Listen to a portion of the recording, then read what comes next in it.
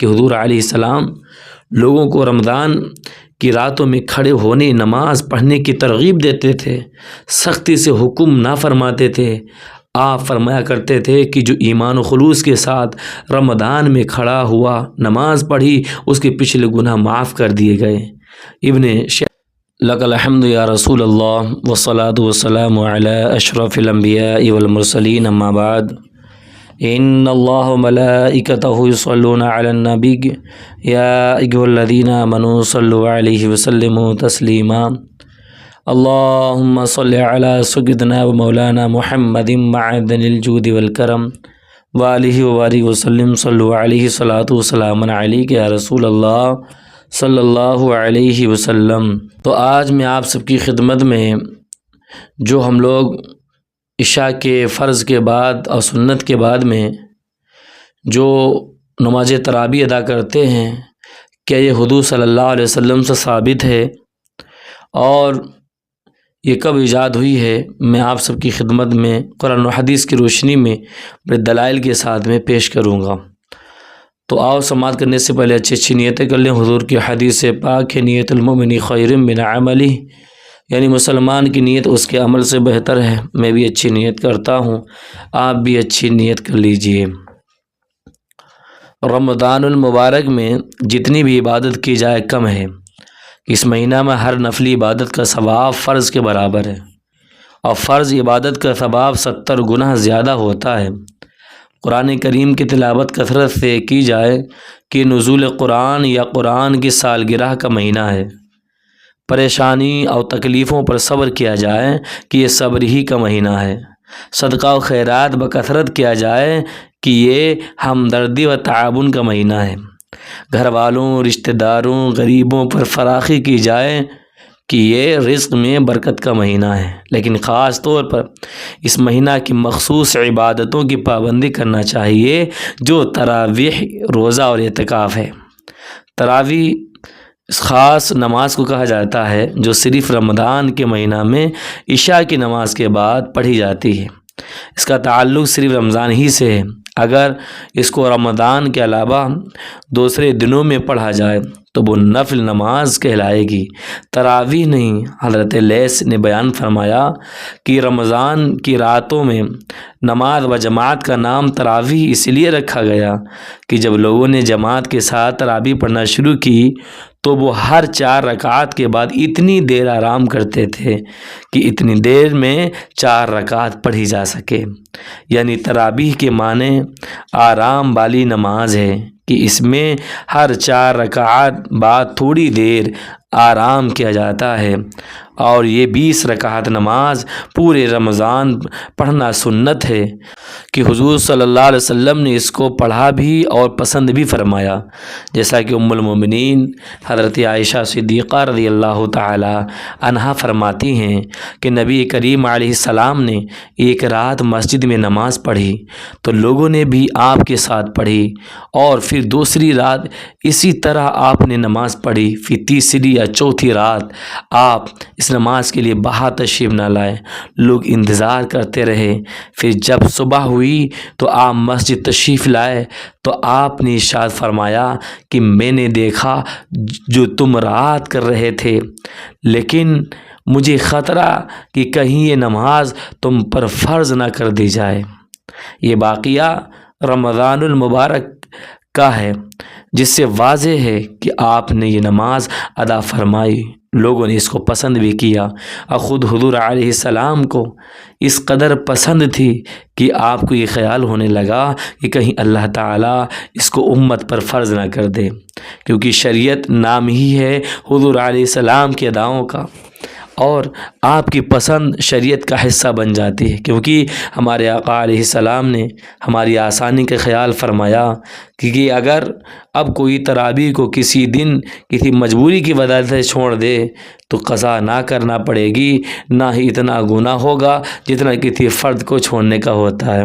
تاہم حضور علیہ السلام سے محبت کا تقاضا یہی ہے کہ ہر مسلمان آپ کی اس پسندیدہ نماز کی پابندی فرض ہی کی طرح کرے۔ بہرحال تراویح کی ابتدا خود نبی کریم علیہ السلام نے کی، اور اس کو جماعت سے ادا کر کے اور اس کے پڑھنے کا طریقہ بھی سکھا دیا اور اس کی پسندیدگی کو بھی ظاہر کر دیا۔ 3 یا 4 دن کے اس عمل کے بعد آپ نے اس کو سب کے ساتھ مل کر نہ پڑھا، پھر صحابہ الگ الگ یا تو مسجد میں پڑھا کرتے تھے یا اپنے گھروں میں۔ یہ طریقہ خلیفہ اول حضرت ابوبکر صدیق رضی اللہ تعالیٰ عنہ کے زمانے میں بھی جاری رہا۔ پھر خلیفہ ثانی حضرت عمر فاروق اعظم رضی اللہ تعالیٰ عنہ کے خلافت کے ابتدائی زمانے میں بھی ایسا ہی ہوتا رہا، لیکن چونکہ حضرت عمر رضی اللہ تعالیٰ عنہ نے اپنے زمانے میں شریعت کے تمام احکام میں ایک نظم بیان کیا اور ہر چیز پر حضور علیہ السلام کی منشا کے مطابق آپ عمل کرانے کی کوشش فرماتے تھے، لہذا رمضان کی ایک رات آپ مسجد تشریف لائے اور لوگوں کو علیحدہ علیحدہ تراویح ادا کرتے دیکھا، اور آپ کو یہ خیال ہوا اگر میں ان سب کو ایک قاری پر جمع کر دوں تو یہ سنت رسول سے زیادہ مشابہ ہوگا۔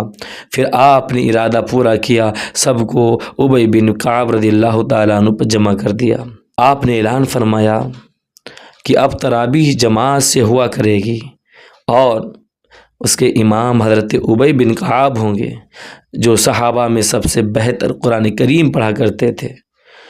آپ کے اس حکم پر کسی نے اعتراض نہ کیا، بلکہ تمام ہی صحابہ نے اس کو پسند فرمایا اور سب جماعت سے یہ نماز ادا کرنے لگے۔ دوسری رات امیر المؤمنین نے جب تمام صحابہ کو مقررہ امام کے پیچھے نماز پڑھتے دیکھا تو آپ بہت خوش ہوئے اور فرمایا یہ کتنی اچھی بدعت ہے۔ یہ واقعہ حضرت عبد الرحمن ابن قاری رضی اللہ تعالیٰ عنہ نے بیان کیا، جو اس موقع پر حضرت عمر رضی اللہ تعالیٰ عنہ کے ہمراہ تھے۔ حضرت عمر رضی اللہ تعالیٰ عنہ نے اپنے اس نظم کو خود اچھی بدعت جاری کرنے اور اس کو تمام صحابہ نے پسند فرمایا، اس پر عمل کیا، کیونکہ نبی کریم علیہ السلام نے دین میں اچھی بدعت جاری کرنے کی اجازت دی ہے۔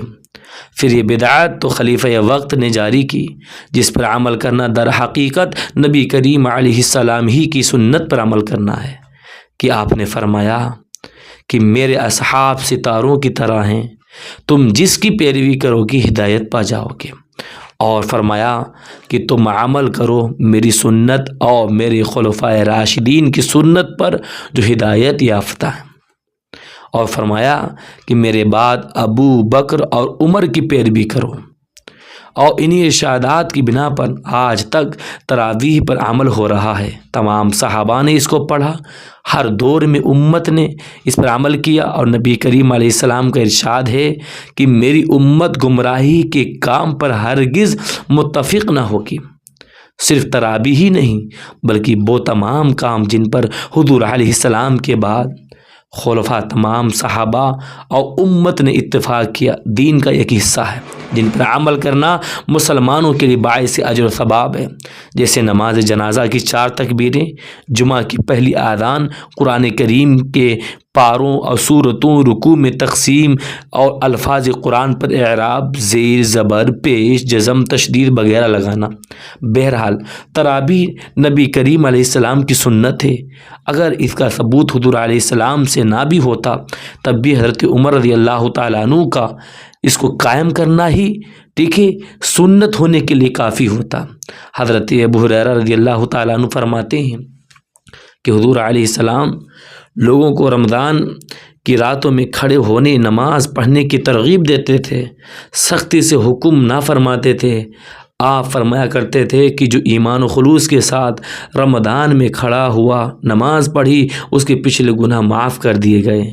ابن شہاب نے کہا کہ حضور علیہ السلام کی دنیا سے تشریف لے جانے تک لوگ اسی طرح بغیر جماعت نماز تراویح پڑھتے رہے۔ پھر حضرت ابو بکر رضی اللہ تعالیٰ عنہ کے زمانے خلافت حضرت عمر رضی اللہ تعالیٰ عنہ نے جماعت کا طریقہ مقرر فرما دیا۔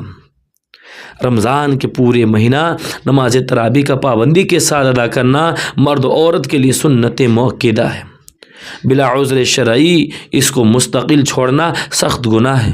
مردوں کے لیے جماعت کے ساتھ ادا کرنا افضل ہے، عورتوں کے لیے گھر میں علیحدہ علیحدہ، کیونکہ عورت کا مسجد میں آنا یا گھر میں اپنی جماعت کرنا مکروہ ہے۔ ایسی عورت پر نماز جمعہ، عید الفطر، عید الاضحیٰ واجب نہیں۔ بہتر یہ ہے کہ پورے رمضان تراویح ایک مسجد میں ایک امام کے پیچھے پڑھیں اور ان میں کم از کم ایک قرآن کریم پڑھا اور سنا جائے۔ ایک حافظ کو پورا قرآن کریم سنانا چاہیے، چاہے وہ 20 رکعت میں ایک پارہ روز پڑھے یا 2، مقتدیوں کی آسانی کا خیال رکھا جائے۔ اگر حافظ موجود نہ ہو تو امام کو جتنا قرآن شریف یاد ہے وہی تراویح میں پڑھے۔ ہر 4 رکعت کے بعد تھوڑی دیر بیٹھنا چاہیے اور اس وقفہ میں تسبیح، تراویح، درود شریف یا کوئی بھی دعا پڑھی جا سکتی ہے۔ اگر ہاتھ اٹھا کر بھی دعا کی جائے تو کوئی حرج نہیں کہ بندہ ہر وقت ہر حال میں کسی بھی طرح اپنے رب سے مانگ سکتا ہے، کسی کو روکنے کا حق نہیں۔ پابندی سے تراویح ادا کرنے پر اجر و ثواب کے علاوہ دوسرے فائدہ بھی ہیں کہ بارگاہ میں دعا کرتے مولا آج کے درس کی ہم سب کو خوب برکتیں عطا فرمائے، آپ کو برکتیں عطا فرمائے، اس مبارک مہینے کی اللہ خوب برکتیں عطا فرمائے۔ تو پیارے گزارش ہے آپ سب کی خدمت میں کہ اس ویڈیو کو زیادہ سے زیادہ شیئر کریں اور یہ رمضان مبارک کے مبارک مہینے میں انشاءاللہ میں آپ سب کی خدمت میں ہر دن ایک نیا درس آپ سب کی معلومات کے لیے میں آپ سب کی خدمت میں پیش کروں گا۔ گزارش ہے جن حضرات نے ابھی تک ہمارے YouTube channel Barkati online academy کو سبسکرائب نہیں کیا وہ سبسکرائب کر دیں، مجھے دعاؤں میں یاد رکھیں۔ السلام علیکم ورحمۃ اللہ وبرکاتہ۔